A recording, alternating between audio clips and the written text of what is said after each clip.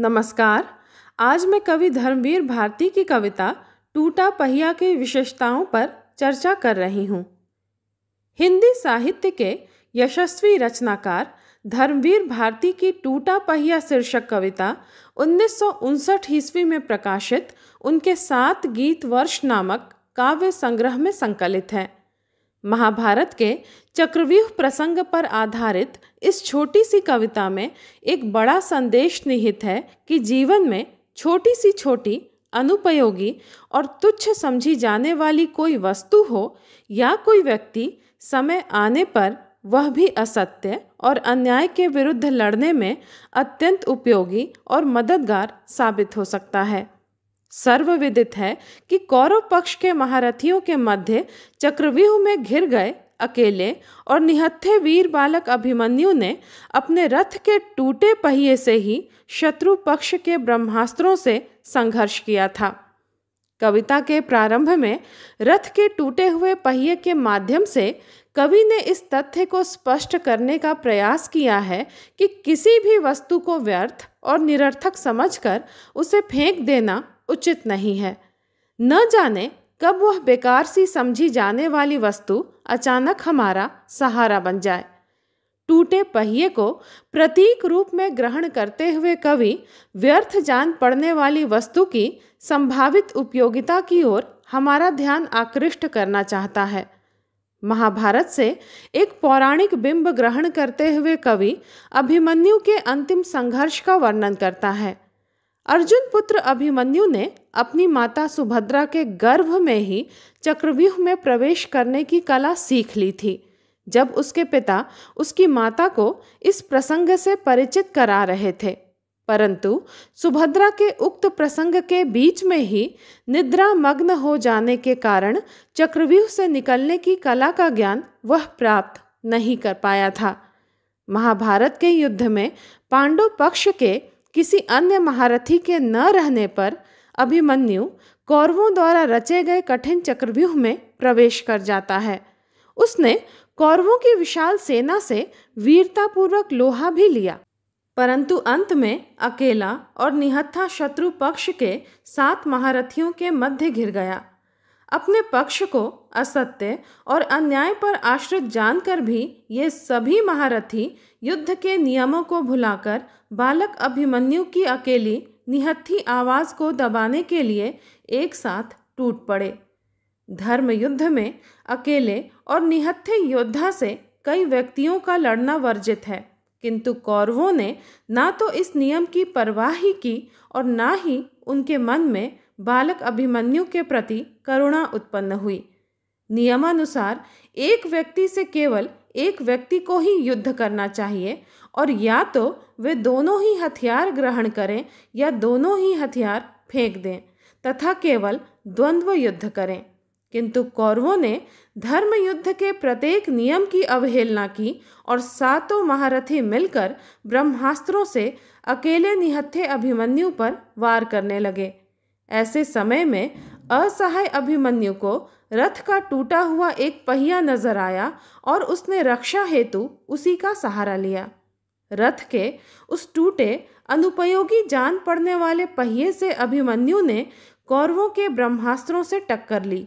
इसी कारण कविता के प्रारंभ में टूटे हुए पहिए के आत्मकथन के रूप में कवि अनुपयोगी समझी जाने वाली वस्तु को न फेंके जाने की सलाह देता है। उसके अनुसार न जाने कब मनुष्य को उसके सहारे की जरूरत पड़ जाए। कविता की प्रारंभिक पंक्तियां द्रष्टव्य हैं। मैं रथ का टूटा हुआ पहिया हूँ, लेकिन मुझे फेंको मत। क्या जाने कब इस दुरूह चक्रव्यूह में अक्षौहिणी सेनाओं को चुनौती देता हुआ कोई दुस्साहसी अभिमन्यु आकर घिर जाए। उक्त पंक्तियों में रथ से विलग होकर अनुपयोगी और निरर्थक समझकर फेंक दिया जाने वाला टूटा पहिया अपनी उपयोगिता बताते हुए कहता है कि मैं रथ का टूटा हुआ पहिया हूँ, पर मुझे व्यर्थ समझकर मत फेंको, क्योंकि न जाने कब अभेद्य चक्रव्यूह में अजेय समझी जाने वाली अक्षौहिणी सेनाओं को अकेले ही चुनौती देने का पराक्रम दिखाते हुए कोई दुस्साहसी अभिमन्यु आकर घिर जाए। अपने पक्ष को असत्य और पूरी तरह अन्याय पर आश्रित जानते हुए भी विद्वता और न्यायप्रियता का दंभ भरने वाले ज्ञानी और पराक्रमी के रूप में प्रसिद्ध बड़े बड़े महारथी अपने तुच्छ स्वार्थ के समक्ष विवश होकर अपनी सारी न्यायप्रियता भूल जाएं और अभिमन्यु जैसे निर्भीक योद्धा की अकेली निहत्थी आवाज को अन्याय और असत्य के ब्रह्मास्त्रों से कुचल देना चाहें। ऐसी विषम परिस्थिति में शायद तुच्छ प्रतीत होने वाला रथ का टूटा पहिया ही अपनी उपयोगिता प्रमाणित कर दे। एक पराक्रमी और न्यायशील योद्धा के हाथों में जाकर शायद अनीति और अन्याय के दुर्जय ब्रह्मास्त्रों से लोहा लेने में वह समर्थ हो सके। इसी कारण उसे निरर्थक जानकर फेंक देना उचित नहीं। इतिहासों की सामूहिक गति अगर अचानक असत्य जान पड़ने लगे तो क्या जाने शायद सच्चाई उस टूटे हुए पहिए का ही आश्रय ले। अर्थात यदि सही इतिहास का पता लगाना संभव न जान पड़े तो न जाने टूटे पहिए जैसी कौन सी वस्तु सच्चाई की गवाह बन जाए और छिपी हुई वास्तविकता हमारे सामने प्रकट हो जाए। महाभारत काल में ब्रह्मास्त्र ब्रह्म शक्ति से परिचालित अमोघ माना जाने वाला अस्त्र था। महाभारत के विनाशकारी युद्ध के बाद समाज में दिशाहीनता, भय, संत्रास और पराजय की पश्चाताप भरी पीड़ाजनक अनुभूतियां छा गई थीं। आज के संदर्भ में देखा जाए तो ब्रह्मास्त्र परमाणु बम जैसे विनाशकारी अस्त्रों का प्रतीक बन गया है। ऐसे भयावह अस्त्रों की सहायता से लड़े गए युद्ध की व्यापक विनाश लीला के बाद इतिहास की गति यदि अवरुद्ध सी जान पड़ने लगे तब जो भी साधारण से साधारण व्यक्ति और टूटे पहिए जैसा हथियार शेष बचे उसी से शायद इतिहास को नई गति मिल पाए। कवि धर्मवीर भारती युग की समग्रता से भली भांति परिचित हैं। त्रस्त भयावह स्थिति में भी आशा की किरण उनके मन में है। टूटा पहिया शीर्षक कविता में वे मात्र द्वंद्व को ही अभिव्यक्ति नहीं देते बल्कि टूटे पहिए को जीवन के प्रतीक रूप में जीने का आह्वान भी करते हैं। तभी वे पौराणिक संदर्भों की झलक मात्र से प्रतिक्षण स्थिति एवं वस्तु की महत्ता घोषित करते हुए कहते हैं, लेकिन मुझे फेंको मत, इतिहासों की सामूहिक गति सहसा झूठी पड़ जाने पर क्या जाने सच्चाई टूटे पहियों का आश्रय ले। कविता की उक्त पंक्तियों से वर्तमान संदर्भ का बोध भी होता है। आज की पीढ़ी को किसी भी दृष्टि से कम समझना उचित नहीं। प्रत्येक युग, आंदोलन और स्थिति का अपना महत्व होता है।